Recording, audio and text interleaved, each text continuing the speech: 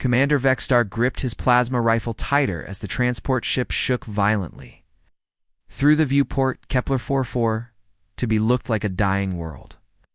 Red dust storms swirled across the surface, and massive explosions lit up the horizon where the Hive Collective was tearing through the mining colony, piece by piece.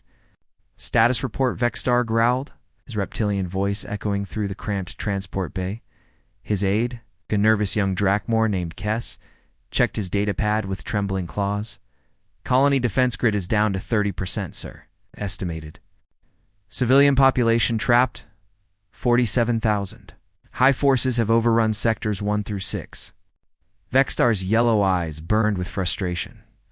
This was supposed to be a simple evacuation mission.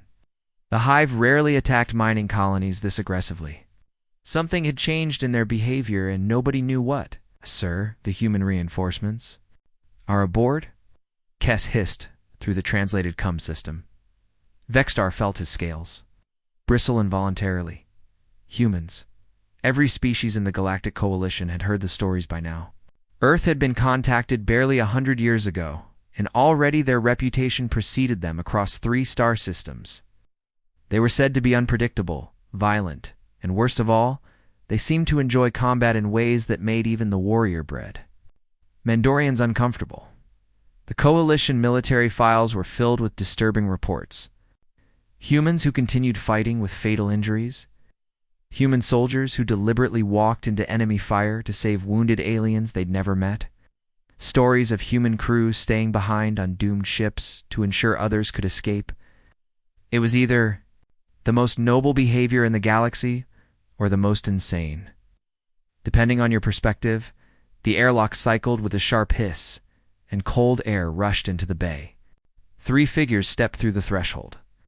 And Vexstar immediately understood why humans made other species nervous. They moved wrong. Every species Vexstar knew had predictable body language, instinctive behaviors that millennia of evolution had programmed into them. Drakmor swayed slightly when they walked, a remnant of their ancestors' swimming motions. Mandorians kept their shoulders square and heads high, always ready for challenge. Even the peaceful Zephyrians had their characteristic floating gait. But humans moved like they were constantly calculating. Their eyes swept the room, cataloging exits, weapons, potential threats, and allies. They stood in a loose triangle formation that looked casual but put each of them in position to cover the other's blind spots. The leader stepped forward. She was compact, maybe 1.5 meters tall, with dark hair pulled back in a practical style. Her equipment was worn, but well maintained. She carried herself with the confidence of someone who'd survived things that should have killed her. "Commander Vexstar." "I'm Sergeant Hannah Kim," she said in accented but clear galactic standard. "This is Corporal Day Park and Private Woolley." The taller male Day had the weathered look of a veteran. Scars crossed his exposed forearms, and his dark eyes held the 1,000-yard stare that came from seeing too much combat. The younger one, Wu, couldn't have been more than 25 in human years. But he moved with a predator's awareness that made Vexstar's combat instincts twitch. "Can you follow orders, human?" Vexstar asked, putting authority into his voice. He'd commanded mixed-species units before. Establishing hierarchy early was crucial. Hannah tilted her head slightly, a gesture that somehow managed to be both respectful and challenging. "We can follow good ones, sir." Vexstar's crest flared involuntarily. In Drakmor culture, that response bordered on insubordination. But something in the human's steady gaze suggested she wasn't being disrespectful, just honest. "The situation is deteriorating rapidly," he said, deciding to focus on the mission. "Hive warriors have broken through the colony's outer defenses. We have maybe 6 hours before they reach the civilian shelters."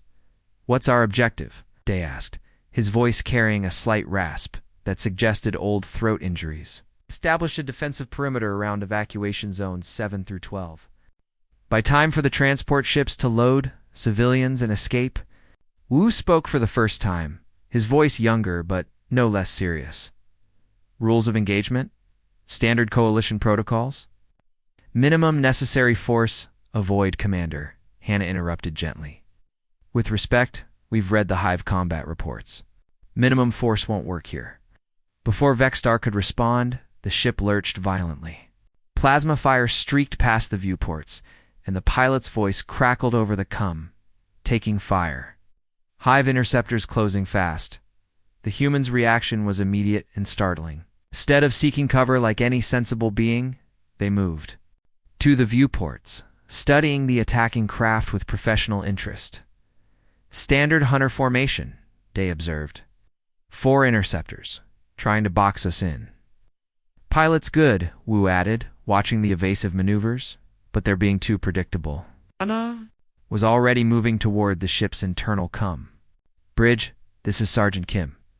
Can you put us in contact with the other coalition ships in the area? Negative, came the reply. Communication array is damaged. The humans exchanged glances, and again, Vexstar saw that strange wordless communication pass between them. How long until we reach the drop zone? Anna asked. For minutes, the pilot responded, his voice tight with concentration.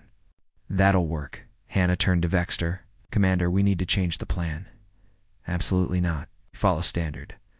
The ship shuddered as plasma bolts found their mark. Emergency lights flickered, and the smell of burning electronics filled the air. Standard won't work, Hannah said urgently.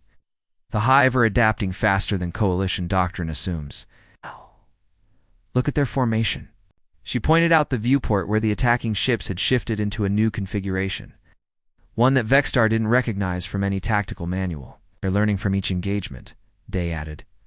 Every time we use the same defensive pattern, they counter it faster. The transport shook again, more violently this time. Vexstar could hear the strain in the engines, the pilot pushing the ship beyond safe limits to avoid the pursuing fire. What do you suggest? He asked, though every instinct told him to maintain command authority. Let us off first, Wu said. Simply, different insertion point, different approach. Give them something they haven't seen before. That's not the mission parameters, sir. Hannah's voice cut through his objections. How many coalition units have successfully defended against Hive attacks using standard tactics? Vexter's silence was answer enough. Drop zone in 90 seconds, pilot announced. The humans were already checking their gear with practiced efficiency.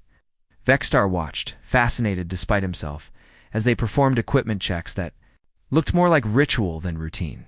Commander Hannah said as the ship began its final approach. Trust us. We'll buy you the time you need.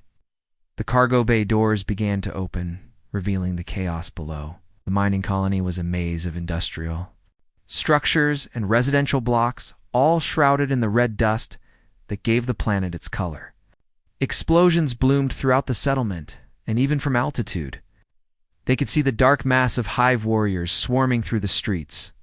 The 3 humans stood at the edge of the open bay, wind whipping around them, completely unconcerned by the 1,000-meter drop or the battle raging below.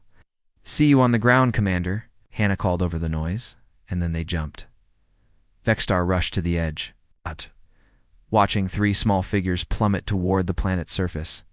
Their parachutes deployed at the last possible second, and they disappeared into the smoke and chaos of the besieged colony. Humans, Vexter muttered, and for the first time, he wasn't sure if it was a curse or a prayer. 3 days of constant fighting had turned Kepler for 42B's mining colony into a war zone. Smoke drifted through broken streets, and the acrid smell of burned plasma hung in the air like a toxic fog. Vexstar hadn't slept in 36 hours, but exhaustion was the least of his worries. The humans were driving him insane. From his command post in the colony's communications tower, Vexstar watched Hannah Kim sprint across an open courtyard while plasma bolts sizzled past her head. She wasn't retreating or taking cover like any rational soldier would. Instead, she was placing small devices on specific buildings, working from some plan that existed only in the humans' collective mind. Sergeant Kim, report your position, Vexstar, barked into his Busy right now, Commander, came her breathless reply. Day, you ready on the east side? Set and waiting. Day's voice crackled through the static. Woo, give me 30 more seconds. Vexstar Shade Kess looked up from his sensor array with wide, frightened eyes. Sir, I don't understand their positioning. They've abandoned every defensive advantage we had. It was true. The humans had spent the last 72 hours systematically ignoring everything Vexstar had learned in 20 years of military. They refused to hold choke points, abandoned elevated positions, and seemed to prefer fighting in open areas where they could be surrounded. But somehow it was working. The Hive Collective's advance had slowed to a crawl. Warriors that should have overrun the colony in hours were instead wandering through a maze of debris and confusion, constantly under fire from enemies they couldn't pin down. Circus's voice rose to a panic. Long-range sensors are detecting massive movement. Hive reinforcements incoming. Vexstar felt his blood freeze. Tactical display lit up with thousands of red contacts streaming toward the colony. Wave after wave of Hive warriors, supported by heavy assault forms and aerial units. Numbers? Asked, though he already dreaded the answer. Estimated 12,000 warriors, sir, plus support units. Standard coalition doctrine was clear. When faced with overwhelming force, preserve what assets you could and execute a strategic withdrawal. The colony's 4,000 defenders, many of them wounded, couldn't possibly stand against such numbers. Vexstar was reaching for the evacuation alert when Hannah Kim appeared beside him like a ghost. He hadn't heard her climb the 20 flights of stairs to the command post, hadn't seen her enter the room. She simply materialized, studying his tactical display with those unsettling human eyes. They're funneling through sectors 7 and 12, she observed, her voice calm despite the approaching army. Yes, which is why we're evacuating immediately. I won't throw away lives in a hopeless no.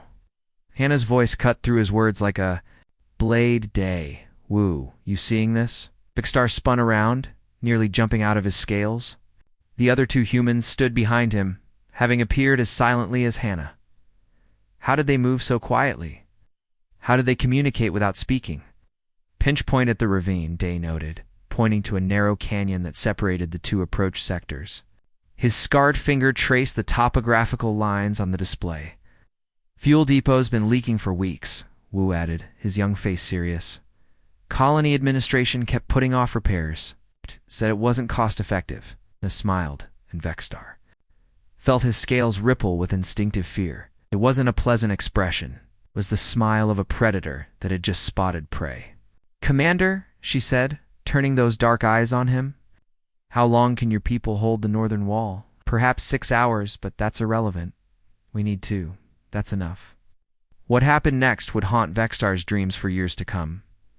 The humans didn't just abandon their defensive positions. They actively destroyed them. Carefully constructed barricades were rigged with explosives. Fortified bunkers became elaborate traps.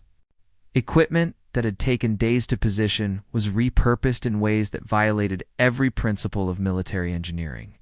Hey, what are you doing? Shh, Star demanded as he watched Day attach mining charges to a perfectly good defensive wall. Making friends. Day replied cryptically. The humans began moving through the colony like they owned it. Somehow, they convinced others to help. Terrified civilian miners who should have been evacuating instead found themselves following Wu Li through maintenance tunnels, carrying improvised weapons and wearing expressions of grim determination. How are you doing this? Vexstar asked a Zephyrian engineer who was helping Hannah modify the colony's atmospheric processing system. I don't know, the engineer admitted, his crystalline features reflecting confusion. The human female explained. Something about leveraging existing infrastructure for force multiplication, and suddenly it all made sense. The Hive army approached like a living tide. 12,000 warriors moving in perfect coordination, their chittering communication, creating a sound like grinding metal. Aerial scouts reported their formation was textbook perfect, a crushing wave that would sweep over the colony's defenses in minutes. The humans led them on a chase. It started with Tana appearing on an exposed rooftop, firing her rifle at the lead elements. When the Hive warriors charged toward her position, she vanished, only to reappear 3 blocks away. Then Day would open fire from a different angle, drawing part of the swarm toward him before melting away into the colony's maze of industrial structures. They're splitting the enemy formation, Kess observed with something like awe. No, Vexstar corrected, beginning to understand. They're hurting them. The Hive warriors, following their instinct to pursue and overwhelm, found themselves funneled through increasingly narrow passages. What had started as an organized army became a stretched-out column, warriors pushing forward to reach the elusive humans who always seemed just out of reach. Northern Wall, this is Commander Vexstar, he broadcast to his troops. Hold your positions, no matter what. Do not advance, do not retreat, just hold. Sir, the humans are leading the entire Hive army directly toward the ravine, Kess reported. There are thousands of them packed into that canyon. Vexstar watched the tactical display with growing amazement. The narrow ravine between Sectors 7 and 12 was filled with a solid mass of Hive warriors, all pushing forward to reach the humans who danced just ahead of them like deadly bait. Fuel depot leak. Wu's voice crackled over the cum. How much? Leaked, do you think? About 60,000 liters over the past month, came Hannah's reply. Should have seeped down into the ravine's lower levels by now. That'll do it. The explosion, when it came, wasn't just loud. It was a physical force that knocked Vexstar off his feet 3 kilometers away. The colony's windows shattered simultaneously, and a pillar of fire rose into the red sky like an artificial sun. When the smoke cleared, the ravine was gone. In its place was a crater of molten rock and twisted metal. 12,000 Hive warriors had simply ceased to exist. Vaporized in a fraction of a second, Vexstar staggered to his feet, his hearing ringing, his scales singed by the heat wave. Through the smoke, he could see the 3 humans walking back toward the command post, their equipment scorched, but their movements casual. How? He whispered when Hannah reached him. How did you know it would work? She was reloading her rifle with practiced efficiency, her hands steady despite having just orchestrated the destruction of an army. Humans don't fight battles, Commander, she explained simply. We fight wars. I don't understand the difference. Battles are about winning individual engagements. Wars are about making the enemy lose. She gestured toward the smoking crater. They had superior numbers, better armor, perfect coordination. So we didn't fight their strengths. We used their strengths against them, Vexstar realized. Their coordination made them predictable. Their numbers made them crowd together. Their aggression made them chase us exactly where we wanted them to go. Hannah slung her rifle over her shoulder. On Earth, we have a saying, the best way to win a fight is to make sure it never happens on the enemy's terms. Vexstar looked at the 3 humans, then at the crater that had been an unstoppable army minutes before. For the first time in 3 days, the colony was quiet, except for the distant sound of coalition medical teams beginning their work. Humans, he muttered. And this time, he was certain it was a prayer. The silence after the great explosion lasted exactly 14 hours. Then the Hive came back, and they brought nightmares with them. Vexstar was reviewing casualty reports when the ground began to shake. Not the familiar tremor of distant explosions, but something deeper, more rhythmic, like massive footsteps approaching. In perfect synchronization, Commander Kess whispered, his voice barely audible. Long-range sensors are picking up new contacts. But these readings, they can't be right. Vexstar looked at the display and felt his blood turn to ice water. The new Hive forces weren't just larger than the previous wave. They were something completely different. Dread-class warriors, he breathed. I thought they were myths. Through the colony's perimeter cameras, they could see them approaching across the scorched landscape. Each creature stood 3 meters tall, their chitinous armor gleaming like black mirrors in the dawn light. Unlike the smaller Hive warriors, these moved with deliberate, terrifying purpose. Their every step cracked the ground beneath them. Oh. Many? Vexstar asked, though he wasn't sure he wanted to know. 47 confirmed, Kess replied, his claws clicking nervously against his datapad. Each one appears to be leading a support unit of standard warriors. The Dread class were legends in coalition military circles. Stories told of entire planets going silent after their arrival. These weren't just soldiers. They were psychological weapons designed to break the will of defending forces before the real battle even began. Our general retreat. Vexstar ordered. All units fall back to secondary positions. The response was immediate. Across the colony, coalition forces began abandoning their positions. Even the Mandorian shock troops, warriors bred for combat and known throughout the galaxy for their fearlessness, were pulling back from the approaching dreads. But in Sector 12, 3 heat signatures remained stationary. The humans Kess observed, they're not retreating. Vexstar switched to direct communication. Sergeant Kim, you need to fall back now. These aren't standard Hive warriors.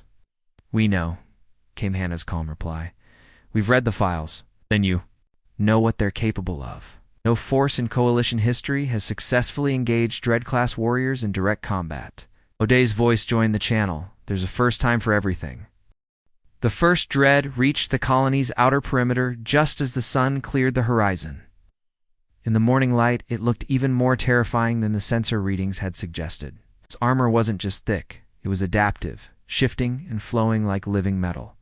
6 arms extended from its torso, each ending in claws that could tear through reinforced steel. Coalition forces on the secondary line watched in stunned silence as the creature approached their abandoned positions.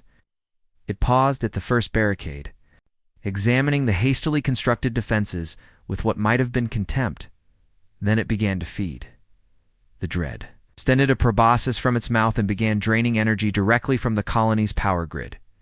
Lights flickered and died as the creature gorged itself on electricity. Within minutes, it had grown noticeably larger. They absorb energy to enhance their physical capabilities, Vexstar explained to his terrified troops. The more they consume, the stronger they become. Sir, came a panicked voice over the comm. Movement in Sector 12. The humans are advancing. Vexstar's tactical display showed 3 small contacts moving directly toward the lead Dread. Not retreating, not seeking cover, but advancing with steady determination. What are they doing? Kess whispered through the colony's camera system. They watched Wu Li break from cover, carrying what looked like a backpack made of mining explosives and spare power cells. The young human sprinted directly at the Dread, which turned its massive head toward him with apparent interest. No, Vexstar breathed. He's going to get himself killed. The Dread's response was swift and brutal. One massive claw swept down, tearing through Wu's left arm like it was made of paper. Blood sprayed across the concrete, and Wu stumbled, his makeshift explosive pack sliding across the ground. But he didn't stop. With his remaining arm, Wu grabbed the pack and lunged forward, jamming it against the Dread's torso. The creature's second claw pierced his chest, lifting him off the ground like a broken doll. Now, Wu shouted, his voice carrying clearly across the comm channel. The explosion was contained but devastating. The Dread's adaptive armor cracked and split, revealing the soft tissue beneath. Both figures disappeared in a ball of fire and debris. When the smoke cleared, only one was moving. Wu Li crawled away from the fallen Dread's corpse, his left arm hanging useless, his chest bleeding. Through multiple puncture wounds, should have been dead, but somehow he was still fighting. Medic. Day's voice cut through the shocked silence on the comm channels. We need medical support in Sector 12. Coalition medics began moving, but they were still hundreds of meters away, and more Dreads were approaching. The wounded human would never survive long enough for help to arrive. That's when Hannah Kim did something that defied every principle of tactical combat. She left cover. Vexstar watched in horror as the human sergeant sprinted across open ground toward her wounded teammate. Plasma bolts from approaching Hive warriors seared the air around her, and 2 more Dreads had already locked onto her position. She reached Wu just as a massive claw swept down toward them both. Instead of dodging, Hannah threw herself over her teammate, shielding him with her own body. The claw caught her across the back, sending them both tumbling behind a pile of debris. They're insane, Kess breathed, his voice filled with awe and terror. No, Vexstar replied, watching Hannah apply emergency biofoam to Wu's wounds while continuing to coordinate defensive fire through her comm unit. There's something else entirely. The remaining Dreads pressed their advance, and that's when the real horror began. Sound like grinding metal filled the air, growing louder and more intense until it became a physical presence. The subsonic shriek was designed to trigger the deepest fear responses in any species that heard it. Coalition soldiers began dropping their weapons. Andorian warriors, bred for combat, fell to their knees in terror. Even Vexstar felt his hands shaking as primitive panic flooded his nervous system. But across the battlefield, 3 human figures continued fighting. How are they immune? Vexstar demanded, struggling to speak through the paralysis that gripped his vocal cords. Daypark, blood streaming from a head wound, managed a grim smile as he reloaded his rifle. We're not immune, Commander. We're just more afraid of disappointing each other than dying. As if to prove his point, Hannah vaulted over their improvised barricade and began sprinting toward the colony's central power station. The Dread's feeding frenzy had damaged the main power coupling, and without it, the colony's shield generators would never come online. 3 Dreads moved to intercept her, their massive forms closing in like living shadows. Plasma fire erupted from their weapons, turning the ground around Hannah into molten glass.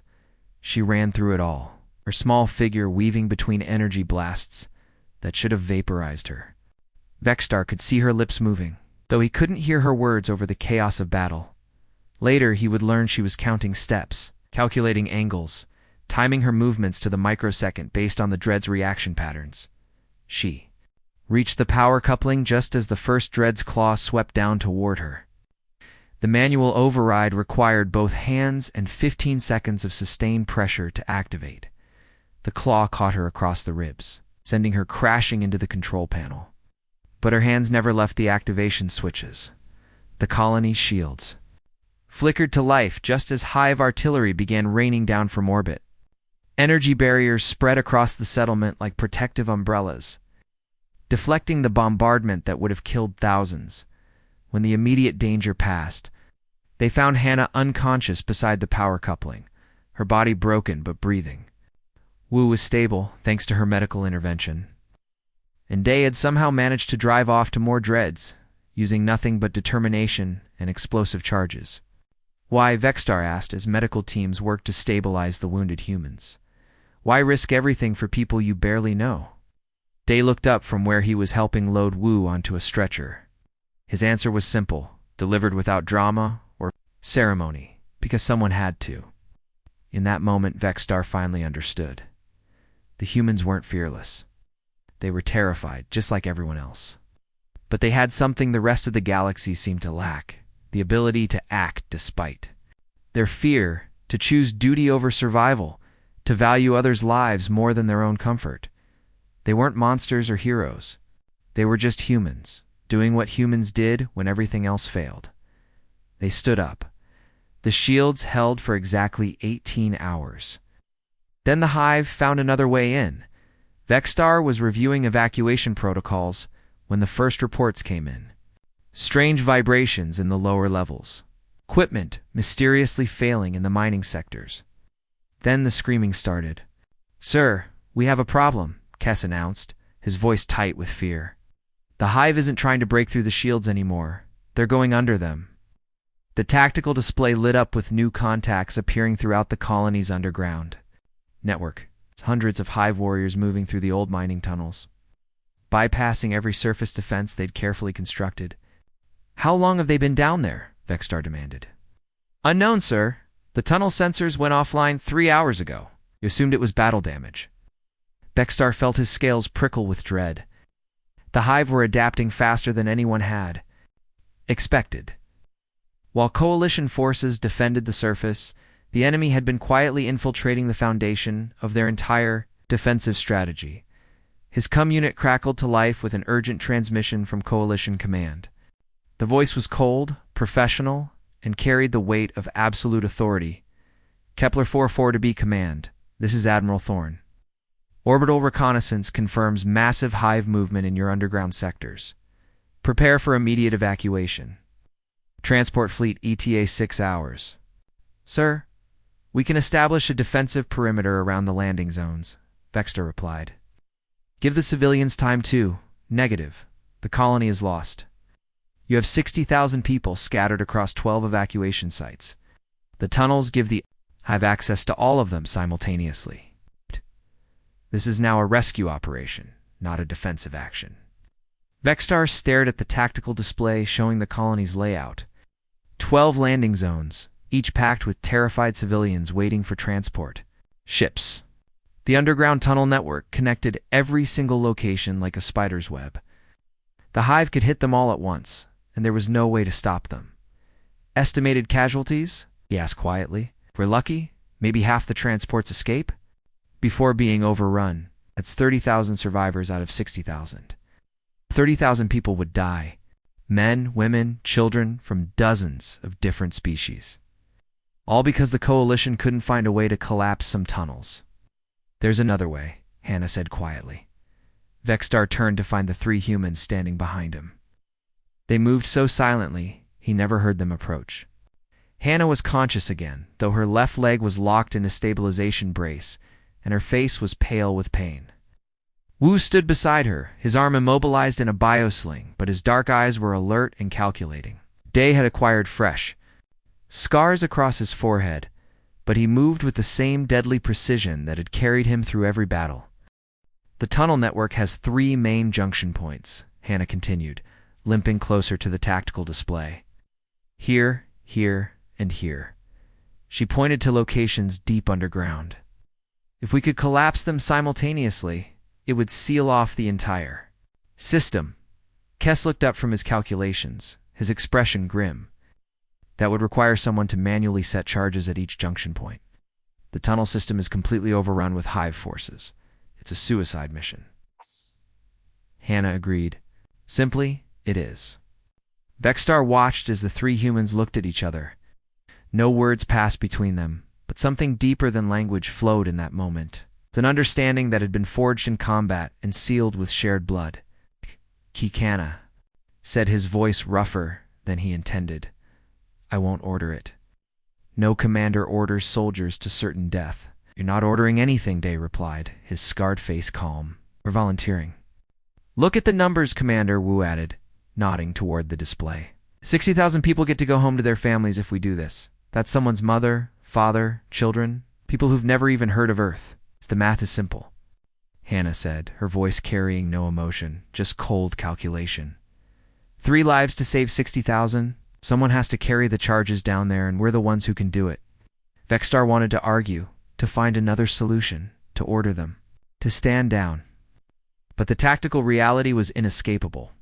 The tunnels were too extensive to collapse with orbital bombardment without destroying the evacuation sites above.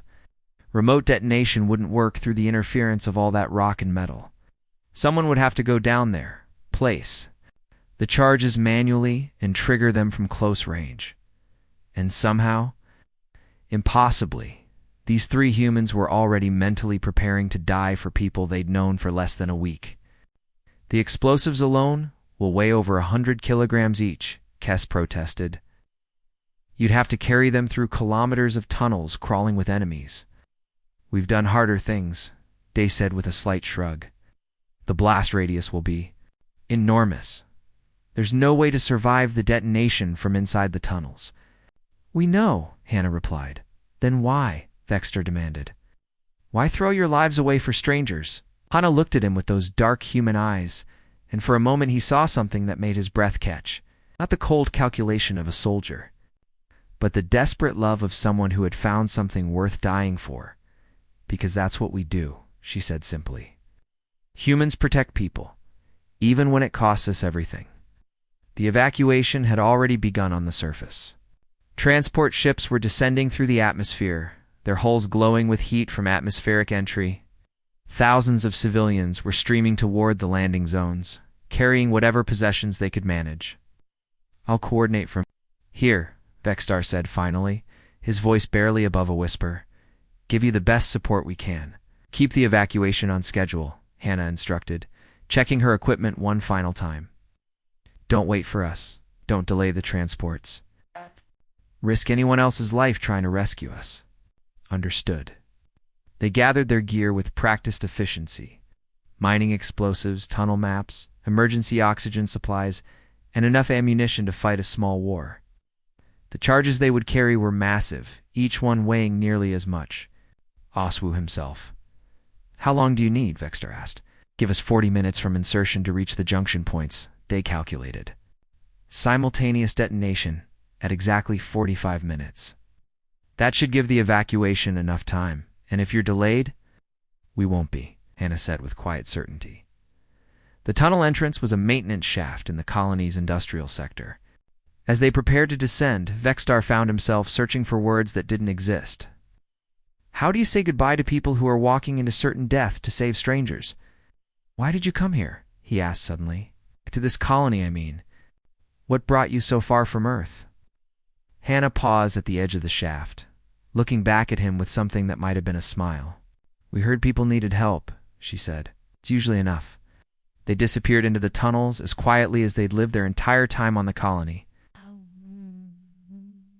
3 small figures carrying enough explosives to collapse a mountain, walking into certain death to save people they'd never met. Above ground, the evacuation continued. Transport ships loaded with civilians rose into the sky, carrying precious cargo to safety among the stars. Children who would grow up because of what 3 humans were doing in the darkness below. Monsters, Vexstar whispered, watching the tunnel. Entrance where they'd vanished. But he no longer meant the humans. He meant whatever force in the universe had created beings capable of such terrible, beautiful sacrifice. And he meant the Hive, who had forced these 3 remarkable people to make an impossible choice. The countdown timer on his display showed 43 minutes remaining in the tunnels below. 3 humans carried the weight of 60,000 lives toward their destiny in the dark. The countdown timer hit 0, and the world exploded. From his command post, 3 kilometers away, Vexstar felt the ground shake as 3 massive explosions erupted simultaneously deep beneath the colony. The detonations came in perfect sequence, exactly as planned. First junction point Alpha, then Beta, then Gamma. Each blast precisely timed to create a cascading collapse. The tunnel network that had taken 50 years to excavate vanished in 23 minutes.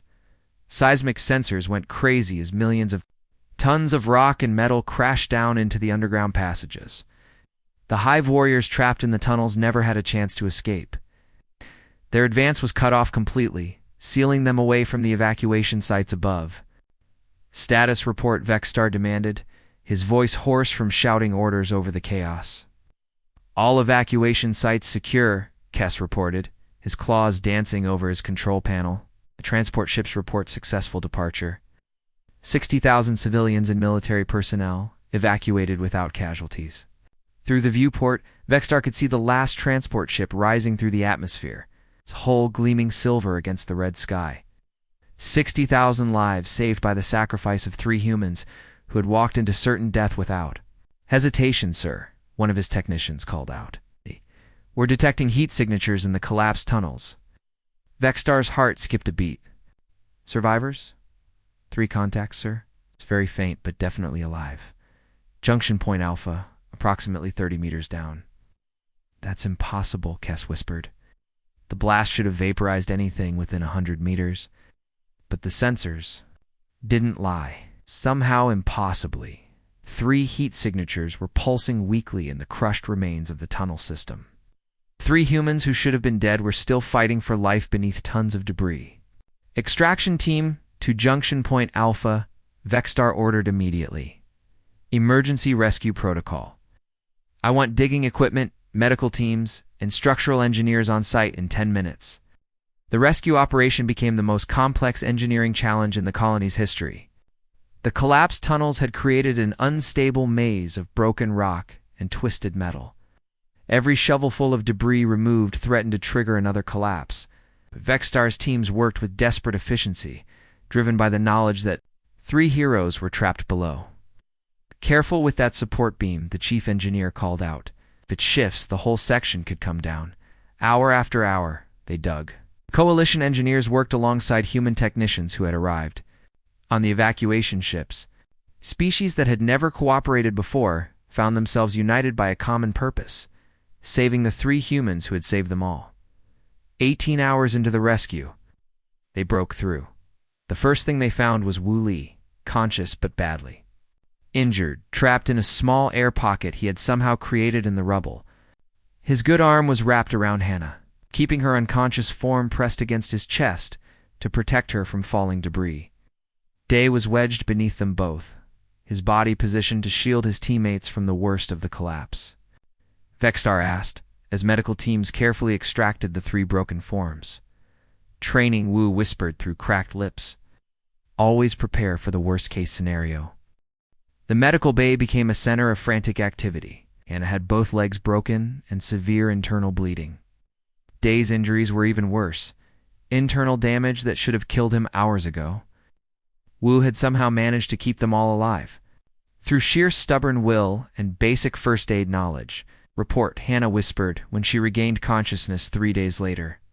Vexstar looked down at her pale face, marked with cuts and bruises, but alive. All civilians evacuated successfully. 0 casualties during transport. The colony is lost, but everyone made it out. She nodded once, a small smile crossing her lips, closed her eyes again. In the days that followed, as the humans recovered, Vexstar found himself struggling to write his final report. How did you explain what he had witnessed? How did you put into words the sight of 3 people calculating the exact value of their own lives against thousands of others and choosing sacrifice without hesitation? The official reports would talk about tactical innovations and successful evacuation procedures. But they would miss the real story. They would miss the moment when 3 humans looked at certain death and walked toward it anyway. Not because they weren't afraid, but because they were afraid and chose to act despite their fear. You're writing about us, Day observed from his hospital bed, watching Vexstar work on his datapad. I'm trying to, Vexstar admitted. But words seem inadequate. Keep. It's simple, Hannah suggested from the next bed over. We did what needed doing, that's all. That's not all, Vexstar replied firmly. You redefined what courage means.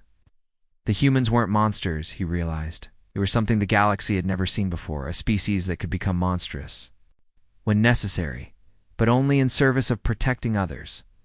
They didn't fight because they enjoyed violence. They fought because someone had to. They were willing to bear that burden. They were hope made flesh. In his final recommendations, Vexstar requested immediate integration of human tactical doctrine across all coalition forces, but more importantly, he requested permanent assignment to human units. He had spent his career fighting beside soldiers. Now he wanted to fight beside heroes. Why did you recommend us for commendations? Wu asked. Reading over the report, we were just doing our job. Your job was to provide military support, Vexstar corrected. What you did was save 60,000 lives at the cost of your own safety. There's a difference. The 3 humans exchanged glances, that wordless communication passing between them. Again, finally Hannah spoke. On Earth, we have a saying. The only thing necessary for evil to triumph is for good people to do nothing. We couldn't do nothing, even when it meant certain death. Especially then, Day replied. Anyone can be brave when there's no real danger. Real courage is acting when everything is at stake. Weeks later, as the 3 humans prepared to ship out to their next assignment, Vexstar found himself at the spaceport watching their transport prepare for departure. Other coalition species had begun requesting human units for their own defensive operations. Word was spreading throughout the galaxy about the species that would sacrifice everything to protect strangers. Take care of yourself, Commander, Hannah said, shaking his clawed hand with her small human fingers. You too, Sergeant. Try not to die saving people. She smiled, that same expression that had once made his scales ripple with fear. Now it filled him with something else entirely. Hope. Can't promise that, she replied. But we'll try to make it count. As their ship lifted off, carrying 3 humans toward whatever crisis awaited them next, Vexstar realized something fundamental had changed in his understanding of the galaxy. Evil existed, yes. The Hive and creatures like them would always threaten innocent lives. But now he knew that good existed too. It's real, uncompromising, self-sacrificing good. And it wore human faces. The galaxy's newest species wasn't just humanity. They were hope itself, walking on 2 legs and carrying weapons, ready to stand between the darkness and everyone else. Not because they weren't afraid, but because they were afraid, chose to stand anyway. That was what made them human. was what made them heroes. And that was why Vexstar would follow them anywhere. The N.